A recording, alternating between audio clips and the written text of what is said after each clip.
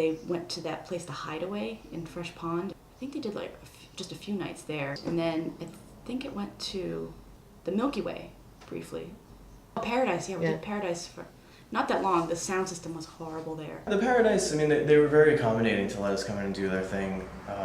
It was an awkward fit. There wasn't really a proper dance space available, but it was a bridge to keeping the Pill alive. I've always said that if you could take a forklift and pick up the Echo Lounge and drop it anywhere else in the city, it would have been a fucking gold mine. It was by far my most favorite venue. It was 2 floors, completely exclusive. It really had the vibe of the upstairs lounge. It was dark, there were mirrors, it was glittery, it was, people were doing blow in the bathroom, people were fucking in the men's room, there was a trough for a pisser. I mean, it was almost everything that you could possibly want in a nightclub. People came and they decided they didn't want to go to Chinatown and deal with crackheads and transsexuals and prostitutes. Unfortunately, it was a little bit of a dangerous neighborhood. Someone did get mugged one night. It got a little sparse. There were some nights where some tumbleweed was probably blowing around. We knew that we were still doing the right thing, but we just didn't have the audience for it, so we knew we had to move. Carl, when he first started doing the booking there, wanted us to come over, and I was a little bit snobbish about it. Great Scott was in the process of transforming from a Todd bar to an indie rock club. There's too many white hats, rock and jocks, dollar drafts, BC crowd, and sports and the decor, but Carl turned it around, and a year later when I needed him, I said, can we move it there? And he told me he wanted to spite me, but he wasn't going to do that because, he knew it was a good idea. I was really skeptical about that venue. They more than proved me wrong. I think that place is fantastic. It's got a really good sound system for bands. It's 80% Boston bands. Every now and then we'll have a New York band come up and most likely be ignored and shunned because Boston crowds tend to be fickle and love their own. The Dandy Warhols have played the Pill. Elkland from New York City has played the Pill. Local bands like Protocol, The Information, the Bon Savants. There's certain bands that were kind of like Pill bands, almost like, not that they played at our shows, but just like that they were big fans. You would see them at our nights. We'd tell everybody to go to their shows. Would let them flyer. We're not looking to have 500 people in the room. We're not looking to measure our cocks by our capacity size. We're really just, it's about our friends, and it's about our friends who are in bands and, playing for us and keeping that scene alive.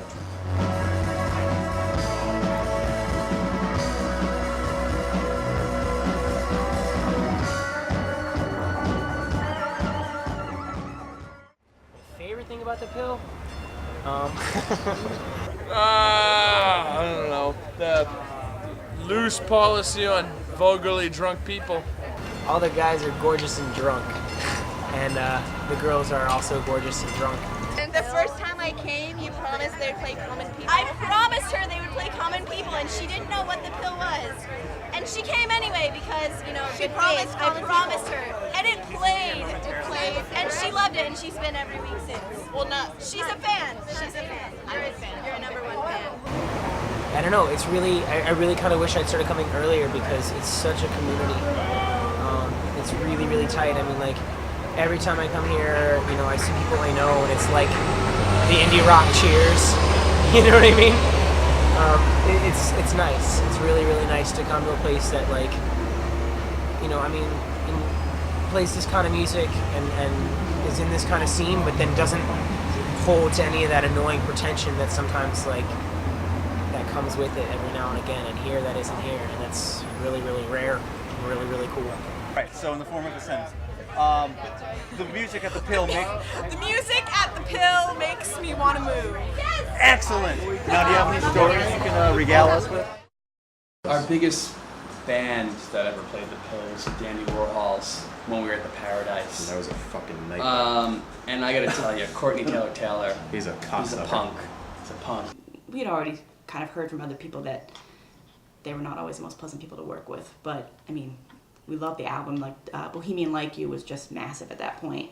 He came up to DJ booth at least 6 or 7 times and kept asking me to turn the music down. He wanted to be a quiet hush. Not when he was playing, obviously, but like when they were done. They did like 4 sets. They would take a break to go, I don't know, horrible. like shoot more heroin or smoke more weed. I have no idea. They were totally out of it. It was him and the bushy-haired guy that joined the band afterwards, just the two of them.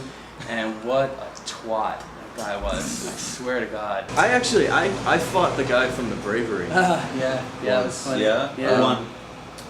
Well, we The kind flock of of seagulls looking. the flock of seagulls looking guy. guy. It was a battle, the battle of eyeliner. The Bravery came in, and the douchebag bass cock player, he comes up to the door and he's like, "Do you know who I am?" Blah blah blah. And the door guys are like, first of all, no, because we don't listen to Adam Ant, and 2, like, no, we don't know who you are. And he walked in, and I was standing by the door as well, and the 2 bouncers grabbed him. We were still pretty new at Great Scott, and the door guys have a policy that once you get outside the door, you let go. You know, I mean, I guess it's standard bar procedure, you know, Roadhouse Lawsuits, style. yeah. You know, you toss the dude out on the pavement. Well, I didn't know this, so my momentum carried me forward, and I had the guy from the Bravery, and I went forward and landed on him on the pavement. Yeah.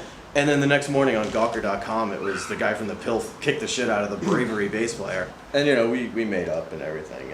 And now the Bravery's a ska band again. So it all comes full circle.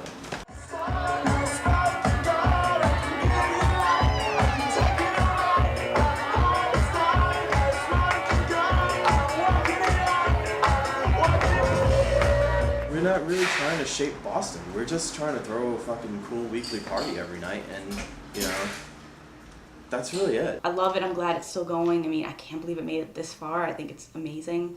I'm glad that it's evolved. I'm not tired of it yet, and it doesn't seem like the crowd has gotten tired of it. And it's changed. People have come and gone, but it's still very consistent.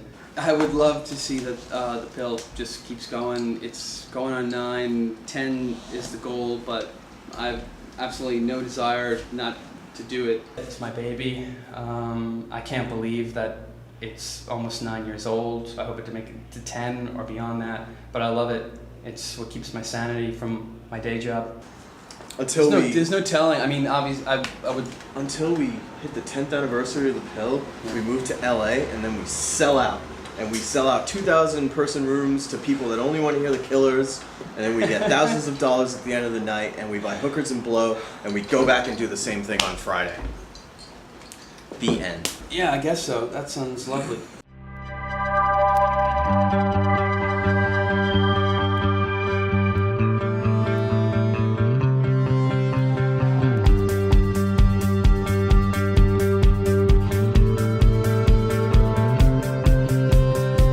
You say you gotta go home,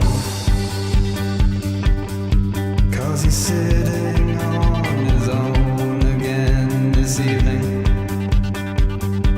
And I know you're gonna let him boy your pants off again. Oh, now it's 8:30, you'll be late. Oh God, you say you're not sure, though it makes good sense for you to be together. Still you bought that toy that can reach those places he never goes. And now it's getting late, he's so strange.